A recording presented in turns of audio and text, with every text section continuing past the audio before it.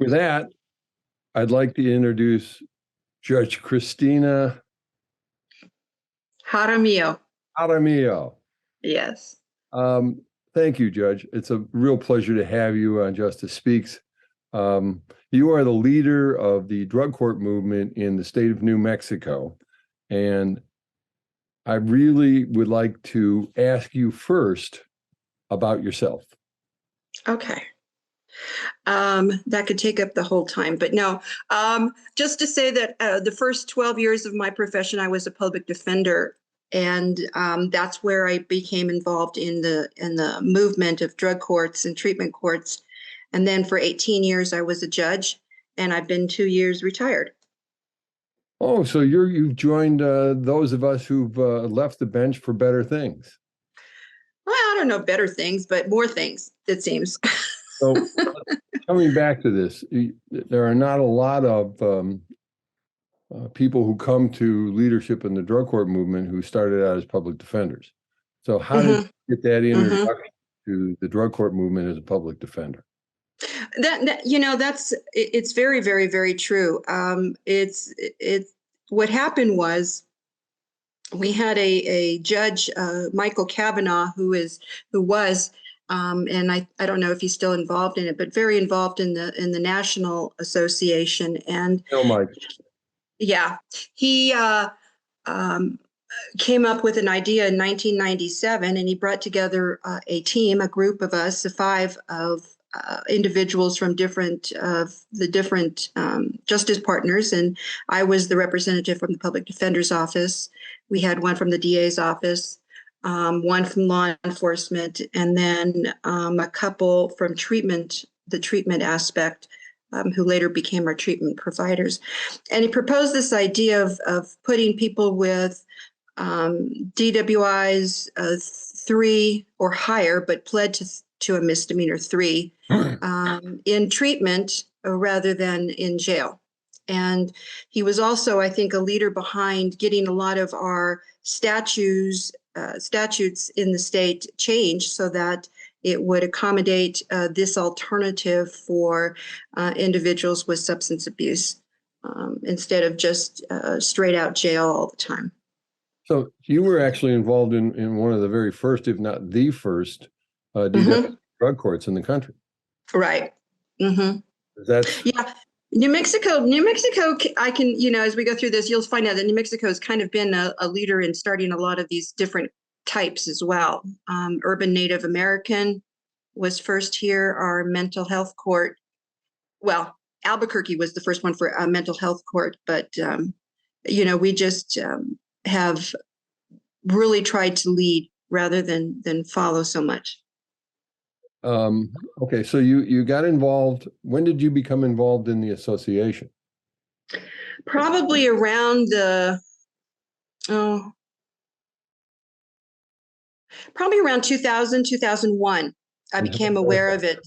Yeah, I was still involved, and I'll tell you, it was, as a public defender, there was some conflict going on as we developed this DWI drug court between the court and the public defender's office. And it was those 3 years of development were pretty tumultuous, and there was this give and take about what we needed versus what the court wanted. And there was always this, well, you've got your 10 key components and they've got to be followed to the T and blah, blah, blah, and all this stuff.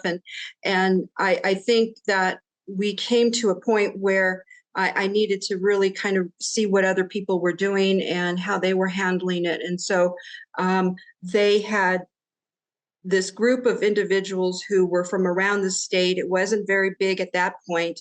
Maybe 100 or so that had gotten together on an annual basis to kind of network and discuss issues. And I was invited to go. And then I asked our program coordinator of drug court, say, hey, how do we join? How do we become involved in this association? And that was probably around 2000, 2001.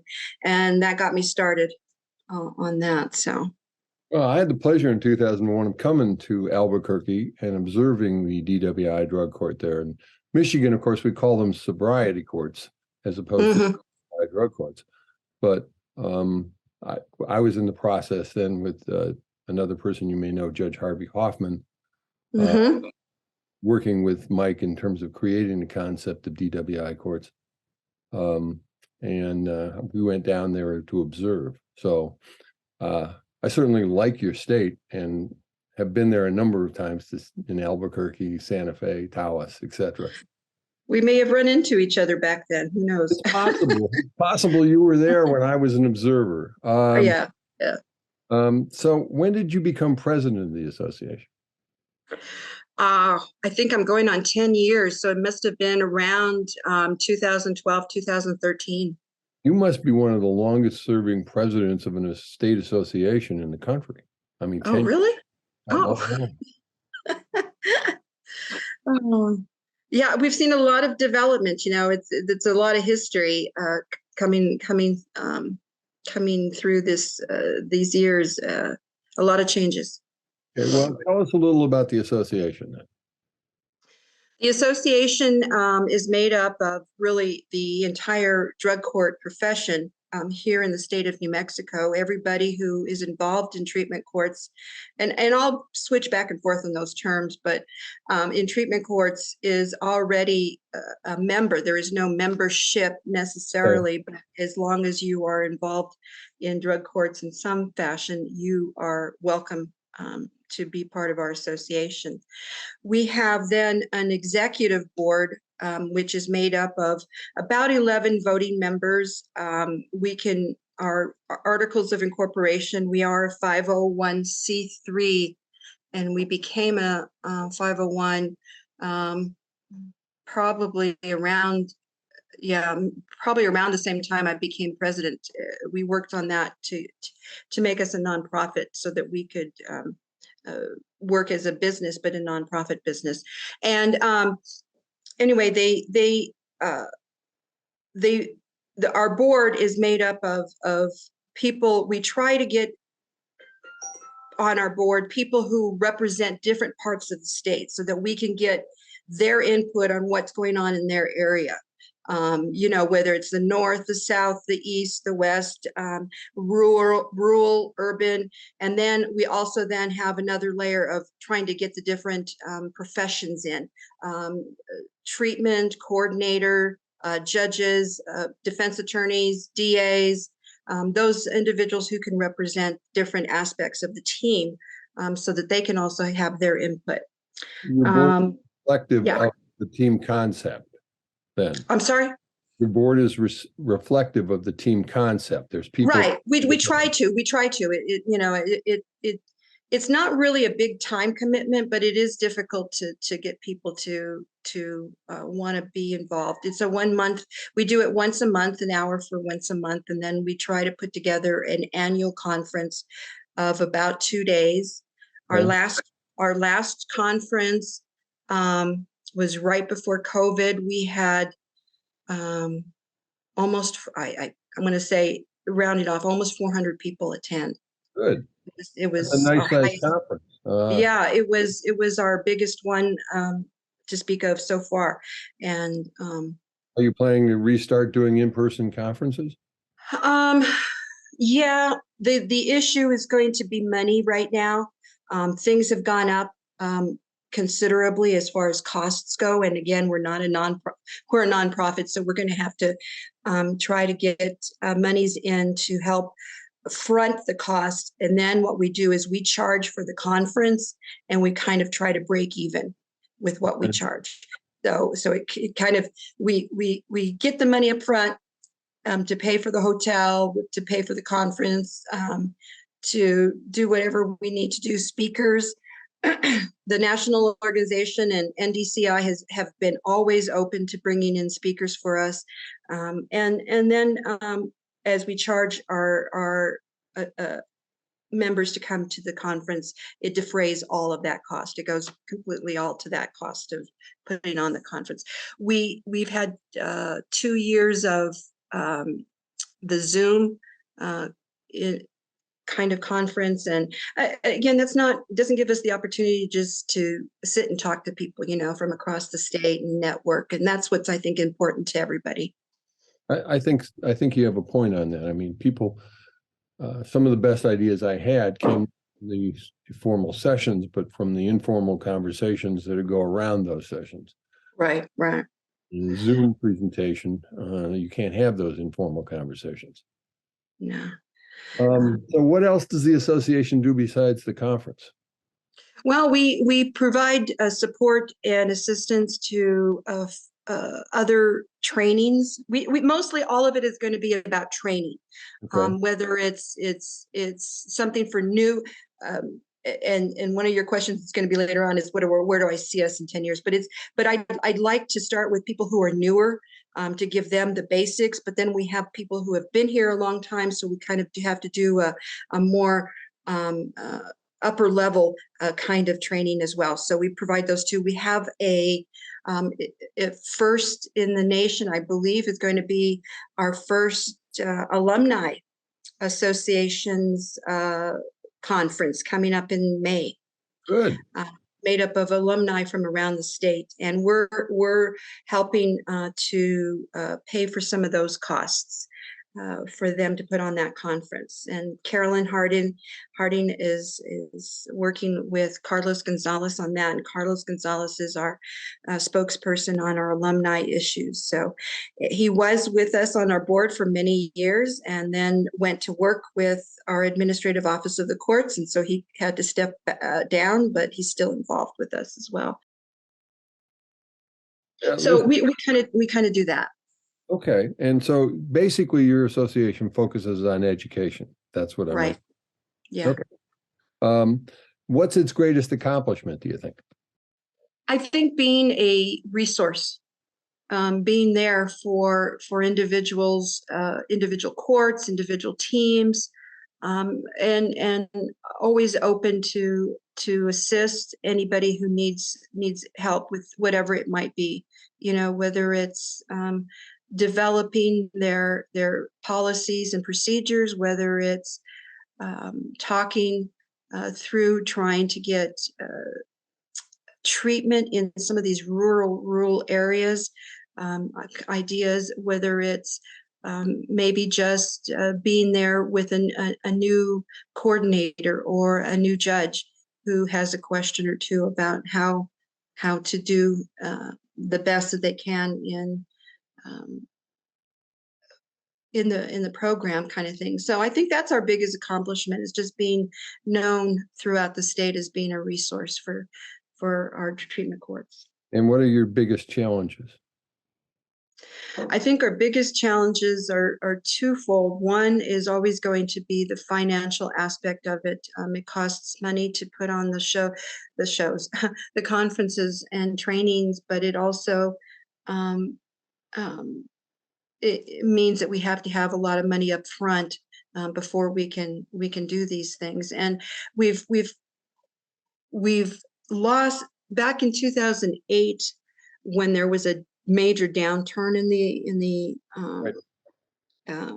economy. We lost several drug courts, because what happened was the administrative office of the courts had said, everybody's going back to what are necessary services. And so at that point in 2008, drug courts were not considered necessary services. And so the ability for individual courts to do drug courts were really hampered a lot. And I think we've come to a point now where we're much more integrated into the system and integrated in the minds of justice providers that we would survive something like that. But that was a major blow to a lot of our drug courts around the state. The second is we are a state that has both extremely rural towns and courts, and large urban areas. And so what works for us here in Bernalillo County, which is the largest county in the state, isn't going to work for somebody that's way out in southwest New Mexico, or northwest, towards Gallup and in that area. So we really have to be cognizant of how can we help them. You know, So you we've have a pretty much, you have the Albuquerque, Santa Fe urban suburban area. right. Rest of it's fairly rural, which creates a large dichotomy. Right, it does, as far as resources go, and I think the biggest thing is the treatment aspect, the counseling, and using telemed um, has been a good resource, especially during the COVID when people couldn't travel, an hour or so to their counselor, and they couldn't do counseling in person. So it's been a challenge, but I think we continue to work on trying to up their game and assist them in all that we can do to make their courts the best that they can be for their community. Good. So where do you see your association 10 years from now? I'd like to see us in a position where we have um, um, a good money source, whether it be by grants. And I think that's probably where we're going to go. We're going to probably go towards grants so that we can have a foundation already in place so that we can continue to provide the services of a conference and then individualized trainings throughout the year. We're also working we work alongside our administrative office of the courts. They have a division that deals with treatment courts. That's their whole focus, and it's made up of a lot of our former members, and so they keep on stealing our members, stealing our board to work for AOC. But it really has placed a lot of people with a lot of experience in our administrative office of the courts, and they're doing a certification program. Oh, And really? yeah, Important. yeah, and so not Peter, this is Peter Booker, but this is Rob Mitchell. I worked with both Peter and now Rob, but they have a team that go out and do the evaluations and certifications. And there's some courts that have, and then they grade them. And there's some courts that need problems and that have problems. And so, we'd like to be a part of the team that helps, deal with those issues that need to be fixed, and so that they can rise up in the certification process. I think the other major issue that we see that we need to deal with is the turnover. I've been here a long time, and Yeah. that's only because I'm afraid that I hold too much history right now. I need to have it downloaded somewhere so that down the road, if when I'm not here, somebody else can can take in to step in and be ready to go. We just had an issue with our 501c3 position, and apparently I and Carlos were the only two that remembered that we were a 501c3. In order to get we have to give some money to the conference that's coming up in May, and they were filling out the paperwork and they were like, well, what's your CRS number? And I'm like, I don't think we have a CRS number. And then nobody else knew except for me and Carlos that we were a 501c3, and that helped understand that we didn't need a CRS number. But if I wasn't there, I don't, it would have taken them a lot longer to figure that part out. So I've got to download a lot. And so passing it on, and we have turnover. We have turnover in our board. We have turnover, in our members and our judges. And it just is hard to formalize. We need to have, and I think that the important part of certification is those policies and procedures so that whoever comes in, steps into whatever position, whether it's coordinator, whether it's public defender, whether it's the prosecution, whether it's the judge, they have a reference that they can go to say, this is how this court works. And I think for us as an association, we need to have something like that as well, so that we can pass that on then to the next board, so that they can be ready to go and have all that historical data put together. Listen, I really appreciate everything you said, and I want to thank you today for appearing on Justice Speaks.